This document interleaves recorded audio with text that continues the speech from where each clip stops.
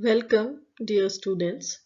This presentation is on Oriental-Occidental controversy, and in continuation, we will be studying Macaulay's Minute 1835. Oriental-Occidental controversy was an ideological conflict between two groups of people in India during British rule. The controversy was concerned with the organization of education system of the Indian natives. The Britishers came to India for the sole purpose of trade and business, but soon they gained political powers. It was with the Charter Act of 1813 that Britishers were made responsible for the education of Indians. Though the efforts of missionaries brought some non-official education, but it was through the Charter Act of 1813 that education was officially introduced in India. The Act of the Parliament of United Kingdom, which renewed the charter issued to the British East India Company and continued company's rule in India, asserting the Crown's sovereignty over British India.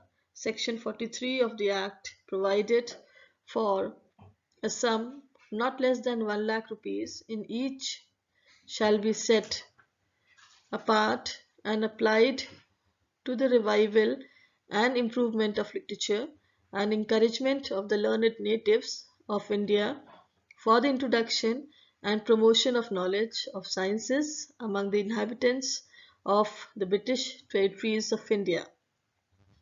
The Oriental-Occidental controversy centered round the interpretation of Section 43 of the Charter Act. The controversy was found mostly among the European officials of the company. Indians' opinion at that time was almost non-existent. Let us now study what the controversy was all about. As we have said earlier, it was an ideological conflict related to the organization of modern education in India. The Act did not clarify the objectives of education and the methods of improvement of literature of the learned natives in India. The Act stressed on allotting 1 lakh rupees only. No specific regulations were granted for establishing schools and colleges in India.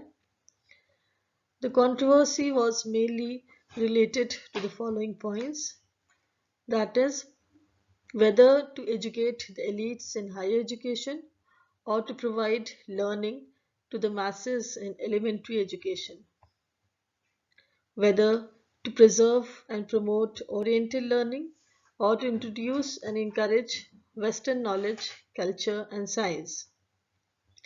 What should be the medium of instruction, whether it should be English or Persian and Sanskrit,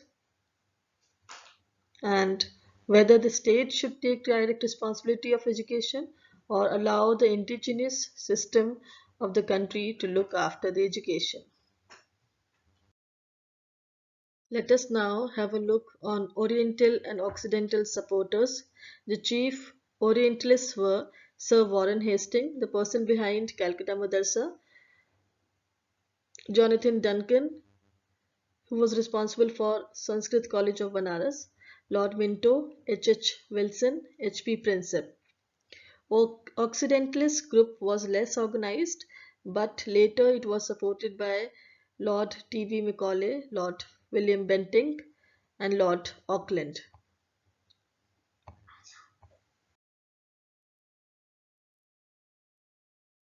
Looking at the Orientalist point of view, it can be said that India had a great and glorious academic history even before the arrival of Britishers in India. Such traditional and indigenous institutions were still existing, so the Orientalists were afraid that the great Indian culture would be destroyed.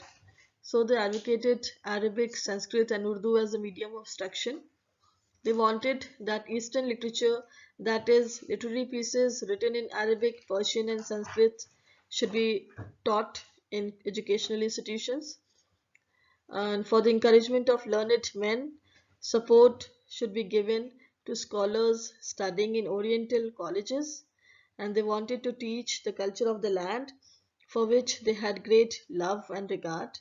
And apart from this, they wanted that translation of useful books from English into Arabic and Sanskrit.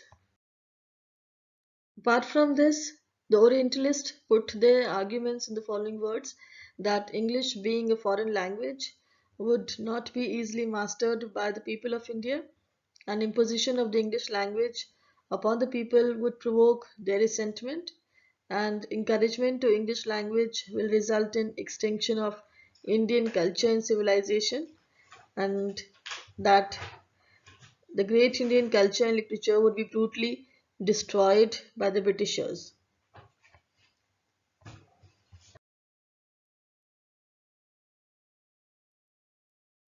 Occidentalist argument. The Occidentalists argued the idea of diffusing Western sciences and literature amongst the Indians through the medium of English. They believed that the Oriental system of education was slow and detrimental. English should be the medium of instruction.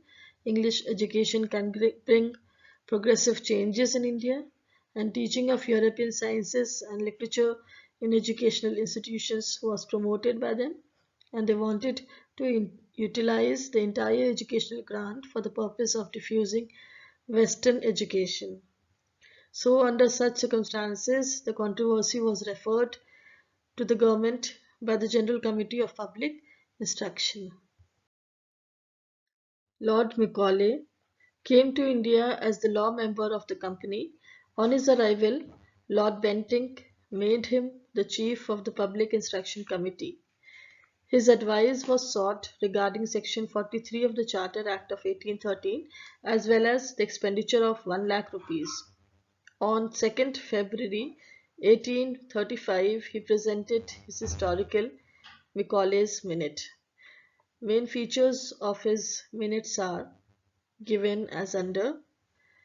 As Macaulay criticized the Oriental learning, in his view, a single shelf of good European library was worth the whole native literature of India and Arabic. The term literature, he said, means English literature and not Sanskrit or Arabic or Persian literature.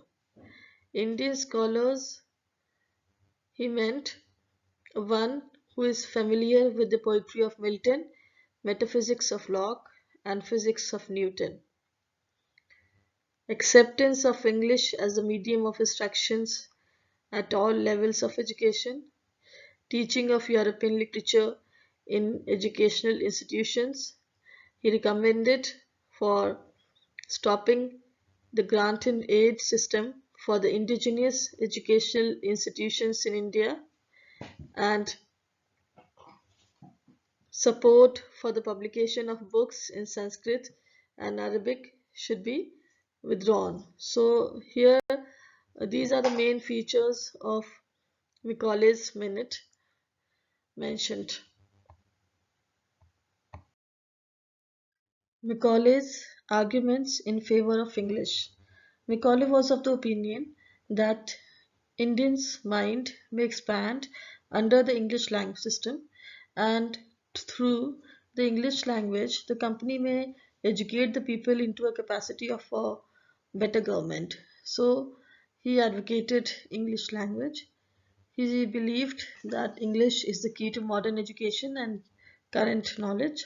It is more useful than Indian language. It is the language of the ruling class. It is the language of commerce. And English literature is more authentic and scholarly correct. Impact of Macaulay's Minute. Macaulay's Minute 1835 contained more controversial recommendations. It added fuel to the burning controversy.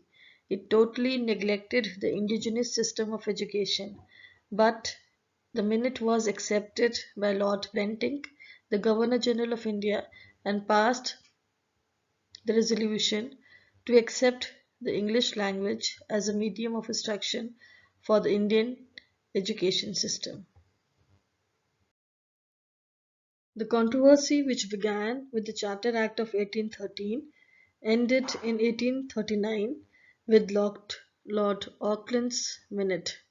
In 1839, Lord Auckland succeeded Bentinck as Governor General, and Lord Macaulay returned back to England. Auckland contrived to find sufficient funds to support the English colleges set up by Bentinck's Act without continuing to run down the traditional Oriental colleges. Minute of 24th November 1839 provided for both Oriental and English colleges. Both Oriental and English colleges were to be adequately funded. The East India Company directors responded with a dispatch in 1841 endorsing the twin-track approach. The East India Company also resumed subsidizing the publication of Sanskrit and Arabic works. And this is how the controversy came to an end. I hope you have enjoyed watching it. Thank you and have a good day.